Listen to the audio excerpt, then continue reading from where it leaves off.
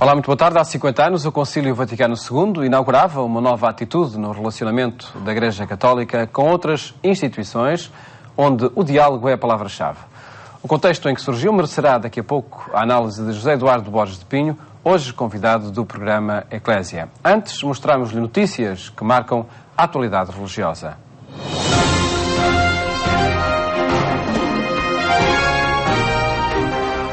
Foi um encontro do Papa com irmandades e confrarias católicas. Aconteceu no Vaticano, no âmbito do Ano da Fé, e para valorizar as suas manifestações populares.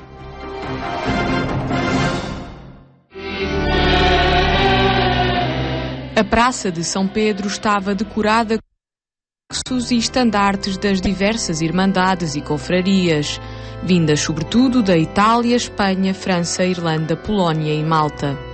Mesmo debaixo de chuva, milhares de peregrinos marcaram presença na missa presidida pelo Papa Francisco, que assinalava o Encontro Mundial de Irmandades, inserido no Ano da Fé. La pietà popolare, di cui voi siete un'importante manifestazione e un tesoro che la Chiesa e che i vescovi latinoamericani hanno definito in modo significativo come una spiritualità, una mística. O Papa convidou os presentes a serem uma presença ativa na comunidade, particularmente junto dos mais necessitados, e a estarem em profunda comunhão com a Igreja. Ogni cristiano e ogni comunità è missionaria nella misura in cui porta e vive il Vangelo e testimonia l'amore di Dio verso tutti, specialmente verso chi si trova in difficoltà. Siate missionari dell'amore e della tenerezza di Dio. Depois, durante a oração de domingo, o Papa Francisco evocou o Dia das Crianças Vítimas de Violência, manifestando a sua solidariedade a todos os que sofreram e sofrem devido a casos de abuso. Vorrei assicurare loro che sono presenti nella mia preghiera, ma vorrei anche dire che tutti dobbiamo impegnarci con chiarezza e coraggio affinché ogni persona umana, specialmente i bambini che sono tra le categorie più vulnerabili, sia sempre difesa e tutelata.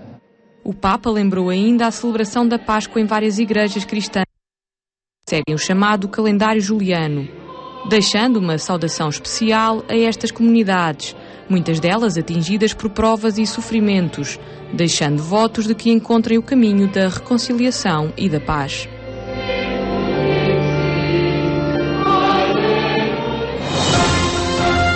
No próximo domingo, a Igreja Católica assinala o Dia Mundial das Comunicações Sociais.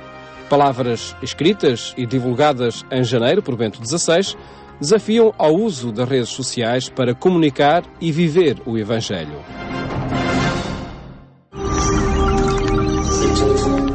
Está a aparecer uma nova ágora. As redes sociais são uma praça pública e aberta onde as pessoas partilham ideias, informações, opiniões e podem ainda ganhar novas relações e formas de comunidade. As pessoas que nelas participam devem esforçar-se por serem autênticas, porque nestes espaços não se partilham apenas ideias e informações, mas, em última instância, a pessoa comunica-se a si mesma. O desenvolvimento das redes sociais requer dedicação. As pessoas envolvem-se nelas para construir relações e encontrar amizade, buscar respostas para as suas questões. A cultura das redes sociais e as mudanças nas novas formas e estilos de comunicação colocam sérios desafios àqueles que querem falar de verdades e valores, num ambiente muitas vezes mais determinado pela popularidade.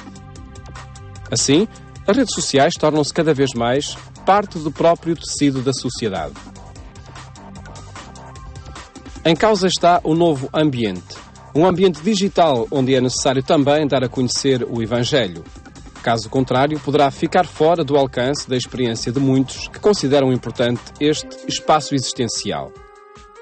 O ambiente digital não é um mundo paralelo ou puramente virtual, mas faz parte da realidade cotidiana de muitas pessoas, especialmente dos mais jovens.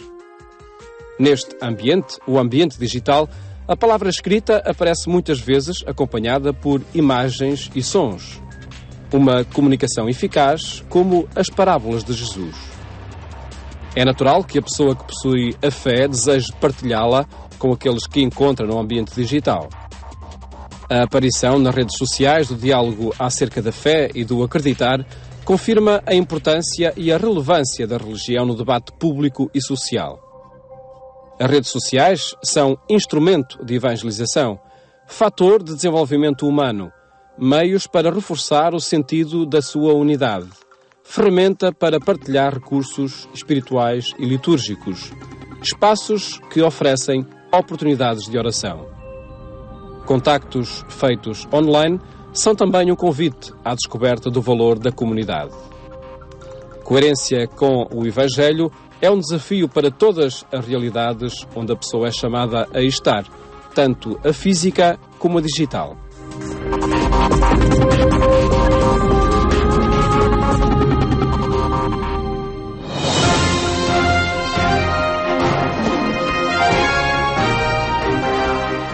Estes são desafios que a Igreja Católica enfrenta em todo o mundo. Esta quarta-feira, no Fórum Picôs, em Lisboa, debate-se a sua concretização em Portugal.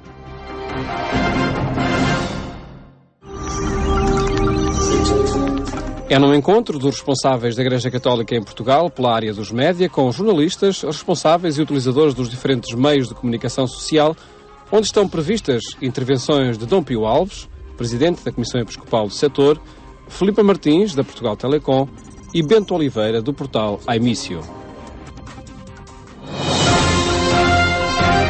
A Biblioteca do Palácio Nacional de Mafra é a mais recente parceira do projeto Cesareia, uma iniciativa da Igreja Católica que já permitiu colocar cerca de 800 mil registros bibliográficos religiosos à disposição na internet.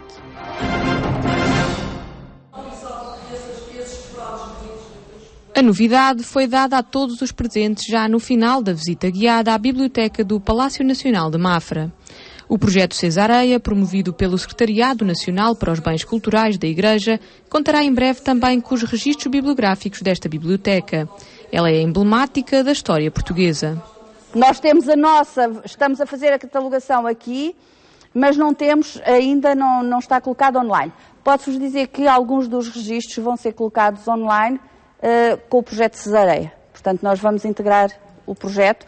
Não somos propriamente uma biblioteca eclesiástica, mas como temos um fundo documental importante nessa área, vamos integrar e vamos começar a enviar os registros. É uma excelente notícia, tendo em conta a importância dos conteúdos desta biblioteca e também porque se trata de uma biblioteca emblemática. Neste caso, é uma biblioteca que é do Estado, portanto, que não tem uma ligação institucional à Igreja, mas em razão dos seus conteúdos e também da sua história, faz todo o sentido que nós mantenhamos toda a disponibilidade para receber e para incorporar na nossa base de dados também o catálogo da Biblioteca de Mafra. Uma mais-valia para o projeto Cesareia. Está em curso desde 2008 para construir uma base de dados com as referências bibliográficas de todas as bibliotecas eclesiais portuguesas. Elas estão depois ao alcance de cada um através do portal na internet. A ideia é simples, é que este património bibliográfico extenso e muitas vezes muito valioso não continue escondido e esteja cada vez mais à disposição dos investigadores. Aí, por parte da Conferência Episcopal e concretamente do Secretariado, nós não podemos fazer aquilo que é da responsabilidade das dioceses, mas podemos sensibilizar, criar condições, criar instrumentos para que mais facilmente as dioceses possam avançar numa progressiva informação do que é o seu espólio bibliográfico. Um projeto que se está a revelar apropriado para retirar do anonimato muitas obras de referência da literatura portuguesa. Está a correr muitíssimo bem e é um projeto que tem dado frutos de uma forma muito consistente, porque estamos a conseguir iniciar a catalogação em algumas instituições e a fornecer o apoio que precisamente gostaríamos, e isto com um objetivo final, que é o de engrossar um catálogo coletivo que tem vindo a aumentar nos últimos meses de uma forma bastante significativa, com mais de 800 mil registros já neste momento disponíveis online, porque esse é o último objetivo deste projeto, é o de disponibilizar estes fundos, estes acervos que são desconhecidos da generalidade do público, de uma forma mais alargada possível.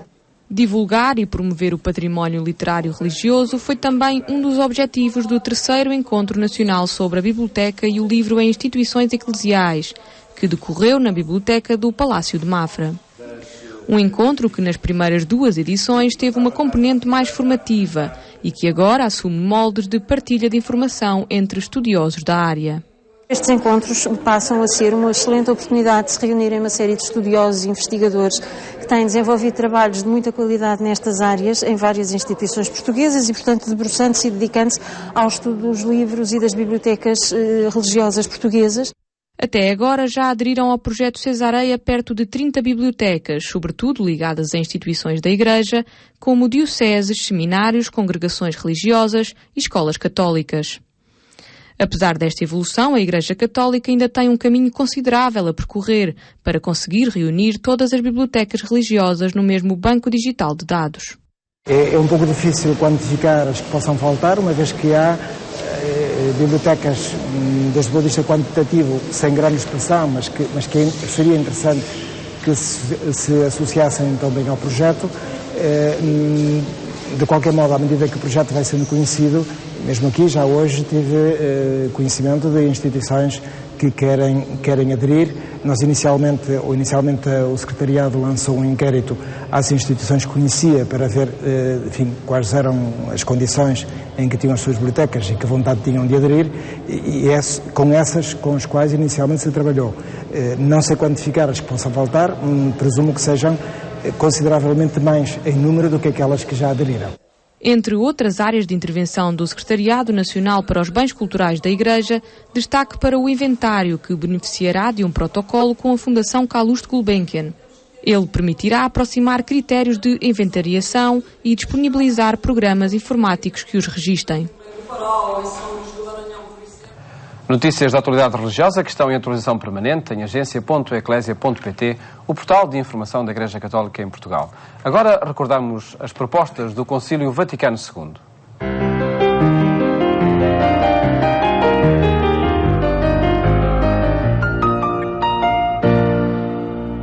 E está hoje connosco José Eduardo Borges de Pinho. Cumprimento, muito boa tarde. Muito boa tarde. Obrigado por estar neste programa para vermos a relevância desta palavra diálogo no contexto do Concílio Ecumênico Vaticano II. Inaugurou-se nessa ocasião essa nova atitude por parte da Igreja Católica? Em termos oficiais e de grande consciência eclesial, eu creio que sim, creio que podemos dizer isso. Certamente em função, ou em consequência também de uma leitura da realidade envolvente que pedia da parte da Igreja uma outra atitude, nomeadamente a percepção de que grande parte da sociedade se ia afastando da mensagem cristã e da própria possibilidade da Igreja anunciar. Eu lembro que nos anos 50 surgiu aquele célebre livro França, País de Missão, portanto, um indício disso.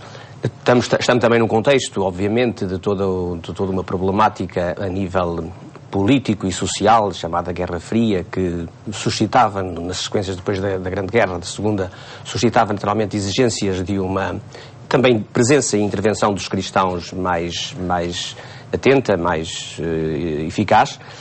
Mas, no fundo, também havia uma consciência interna da própria Igreja de que toda a maneira de considerar o seu lugar no mundo, o seu próprio funcionamento interno, etc., precisavam de ser revistos e de encontrar um novo caminho.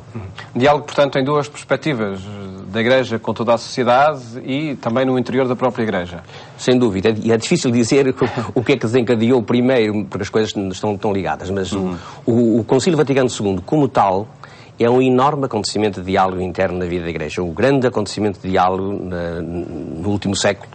Mas porquê? Pela representatividade que o próprio concílio teve? Pela representatividade, antes de mais, sem dúvida. Foi o primeiro concílio em que a maior parte dos bispos, como é sabido, não era do continente europeu, mas toda a atitude que os bispos participantes no concílio foram tomando e o próprio processo depois de reflexão que foi desencadeado ao longo dos 3 anos das sessões conciliares. Tudo isso também teve um impulso muito grande da parte dos peritos. Os bispos foram para o concílio conscientes de que precisavam do apoio de teólogos e de pessoas, portanto, experientes, que os ajudassem a refletir sobre as grandes questões. Portanto, é um grande acontecimento de diálogo interno, na medida em que começa e depois ninguém sabe exatamente até onde vai. Mas, obviamente, que não podemos esquecer que, para esse diálogo interno e externo, os documentários de então dão-nos uma ideia muito, muito precisa disso, para esse diálogo interno e externo contribuíram decisivamente os meios de comunicação social. É o primeiro concílio da história da Igreja, obviamente, em que os meios de comunicação social, por um lado, estão dentro do próprio acontecimento, o transmitem à Igreja no seu conjunto, e eles próprios fomentam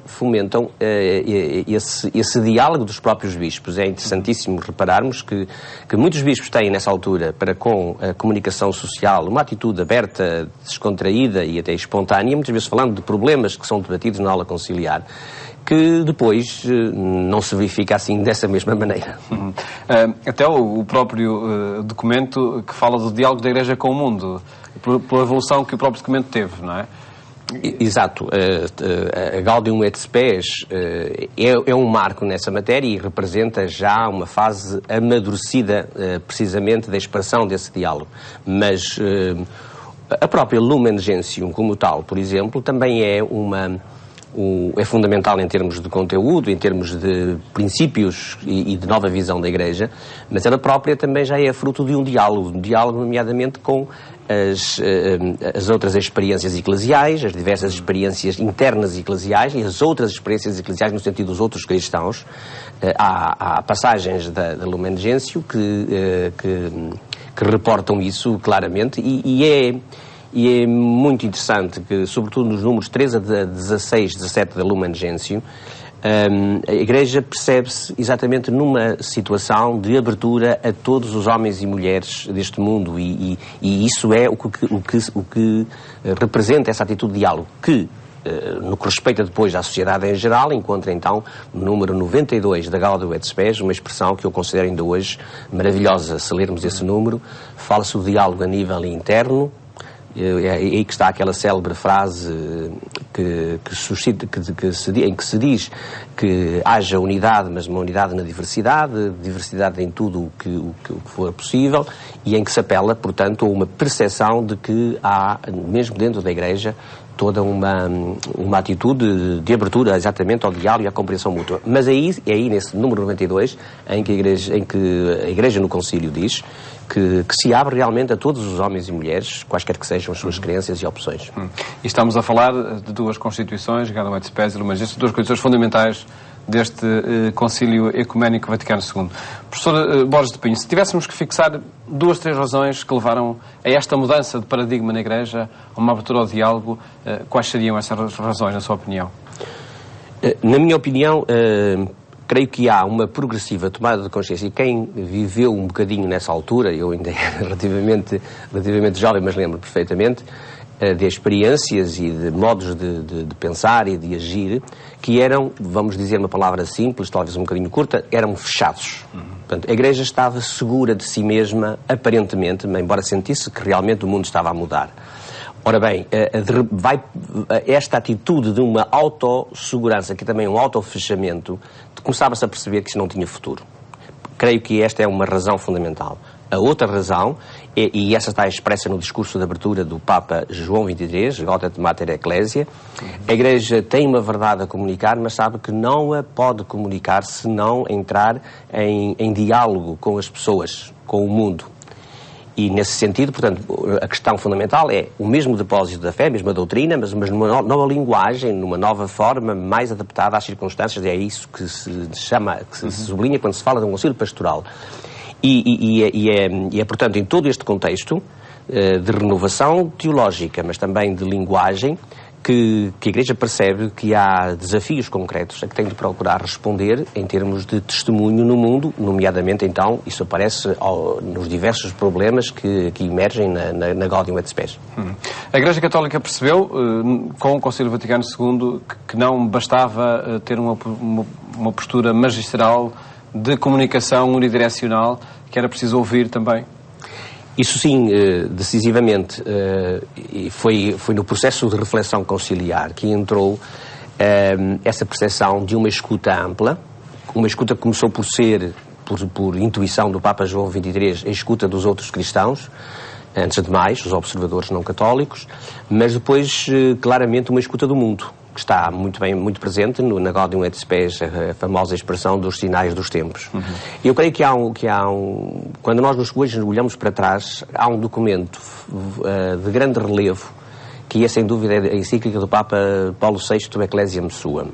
Ela é a primeira encíclica do Papa Paulo VI. A primeira encíclica, escrita durante o concílio, portanto, no ano de 64, na época de agosto de 64, e é aí que ele, Papa Paulo VI, assume a herança de João XXIII e assume a herança em 3 grandes linhas que ele, nessa encíclica, sublinha. A Igreja toma consciência de si mesma, do que ela significa, portanto, a tal renovação interior. Ao mesmo tempo, a Igreja sente que há um processo de renovação em todas as suas dimensões que precisa de ser, portanto, a palavra consciência, renovação, e a terceira palavra que vai ocupar grande parte da encíclica é a palavra diálogo. A Igreja faz colóquio, faz diálogo. É a única forma que ela tem para poder chegar ao mundo em que vive, mas não é uma mera adaptação, é a expressão exatamente daquilo que a própria Igreja porque o interessante é que no concílio a Igreja faz a percepção que a história de Deus connosco, o diálogo de Deus connosco, é que fundamenta toda a atitude de diálogo da Igreja em todas as direções. E veremos ao longo das próximas semanas, neste dia em que o professor Borges de Pinho estará neste programa, de que forma é que foi acontecendo e que foi-se concretizando esse diálogo, nomeadamente com outras religiões cristãs e não cristãs. Muito obrigado, professor Borges de Pinho. Até de hoje 8 dias, quando voltarmos aqui a este programa a recordar os conteúdos do Concílio Ecuménico Vaticano II. Desejo-lhe um bom fim de tarde e até amanhã, se Deus quiser.